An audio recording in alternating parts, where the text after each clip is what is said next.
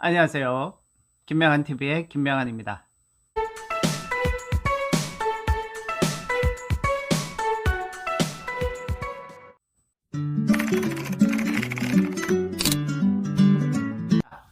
오늘은 특별히 처음으로 이 10만 명이 열광한 퀀텀 독서법의 원리 알려드리겠습니다.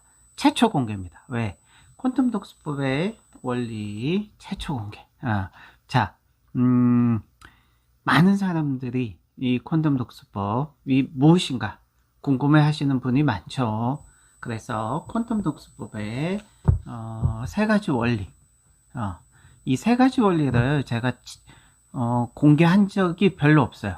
첫 번째 원리는 좀 많은 분들이 알 수도 있죠. 수업에 오시는 분들이.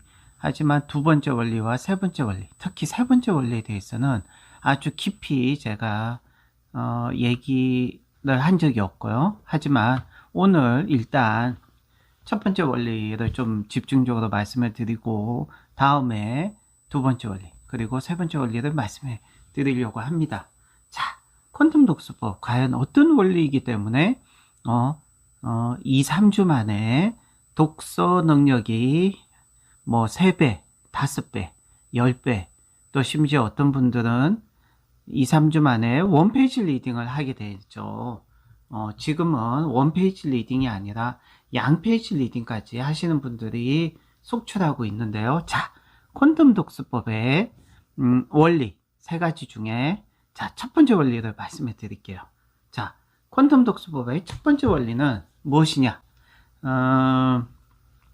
자, 제가 이해하기 쉽도록 그림을 하나 띄우겠습니다. 자, 이걸 보시면 아시겠지만 우리가 유치원 때 또는 초등학교 때 태어나서 처음으로 텍스트, 글을 배우는 원리가 바로 이 4단계 메커니즘이에요. 그래서 학교라는 어떤 글자 텍스트를 배울 때 처음에는 시각적으로 눈으로 봐야 되고요. 두 번째, 입을 통해서 소리 내서 말해야 되고, 세 번째, 귀로 듣고 그 청각적인 자극을 가지고 이해하는 메커니즘이죠.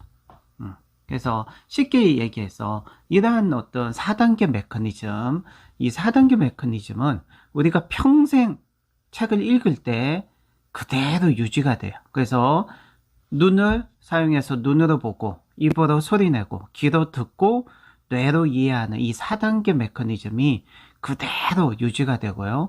그래서 우리가 도서관에 가서 책을 읽을 때 입으로 소리는 내지 않죠. 겉으로. 하지만 입속에서 소리를 내야 되고요. 또 입속에서 소리 낸 걸 귀로 듣고 그래야 뇌가 이해할 수 있는 일반적인 독서 메커니즘으로 우리가 독서를 해요. 근데 여기서 2단계와 3단계를 어문적인 요소라고 하고요. 1단계와 4단계만 의미적인 요소라고 할 수 있죠, 사실은. 자, 그런데 획기적인 이 퀀텀 독서법의 첫 번째 원리, 물론 첫 번째 원리보다 두 번째 원리가 훨씬 더 중요하고요. 두 번째 원리보다 세 번째 원리가 훨씬 더 중요합니다. 하지만 자, 김명한 칼리지의 퀀텀 독서법의 이 첫 번째 원리는 뭐냐면, 자, 2단계와 3단계를 하지 않고, 자, 이 그림처럼 2단계와 3단계를 하지 않고 바로 1단계에서 4단계로 읽는 것이 퀀텀 독서법의 첫 번째 원리입니다.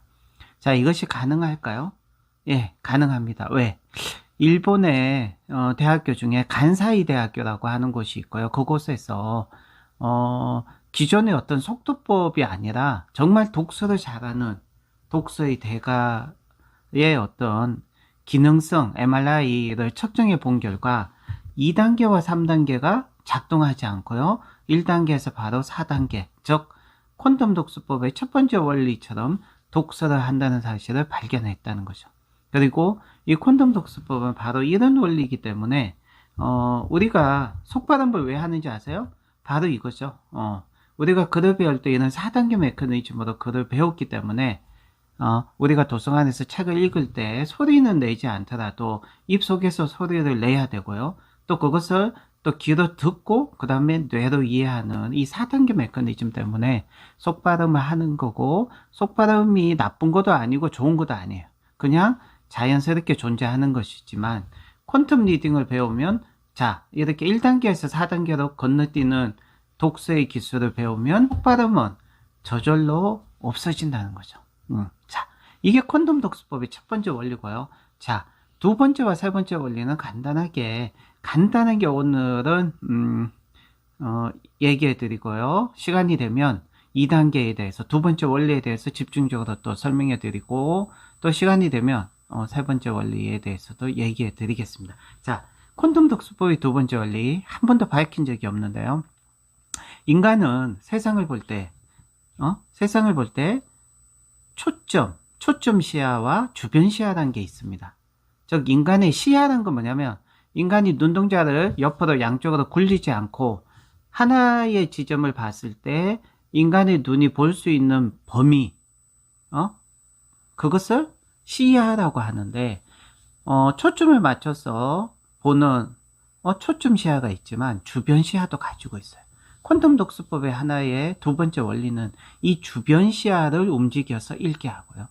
이 주변 시야를 움직이고, 그러니까 평소에는 잠자고 있고 사용을 하지 않는다는 거죠. 우리가 책을 읽을 때 특히 중점 시야, 초점 시야만 사용을 하고 주변 시야를 사용하지 않는데, 이 주변 시야를 사용하기 위해서는요, 우리 인간이 이미 가지고 있는 강력한 무기, 제가 간단하게 말씀드린다고 했는데 벌써 좀 자세하게 얘기가 들어가고 있네요. 저도 얘기하다 보니까 들어갔는데, 자, 얘기한 김에 조금 더 얘기해 드리면, 인간이 눈에는, 망막에는 시세포가 있어요.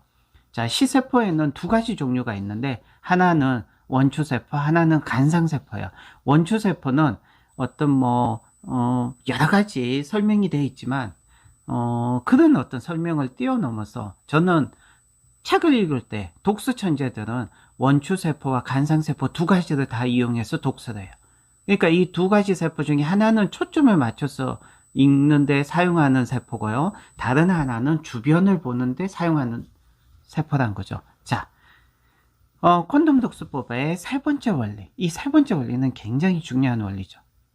이 세 번째 원리 덕분에 원페이지 리딩, 양페이지 리딩 하신 분이 나온다고 저는 생각해요. 콘돔 독서법에 숨겨져 있는 세 번째 원리는, 인간은요, 의식적으로 세상을 볼 수도 있지만 동시에 무의식적으로 세상을 봐요. 그러니까 콘돔 독서법의 세 번째 원리는 무의식적인 독서다. 자, 무의식적인 독서는 뭐냐면, 우리 인간의 눈은 놀랍게도 1초에 똑같은 그림, 똑같은 텍스트를 4번 반복해서 봐야지만 의식적으로 볼 수 있어요. 근데 1초에 만약에 0.25초에 한 번 보고 또 0.25초에 한 번 보고 두 번만 봤다. 그러면 우리는 볼 수 없어요. 의식할 수 없어요. 근데 무의식적으로는 읽은 거죠. 그래서 이 콘돔 독서법의 세 번째 원리, 굉장히 인간은요, 의식적으로 아는 것보다 무의식적으로 아는 게 훨씬 더 많고요.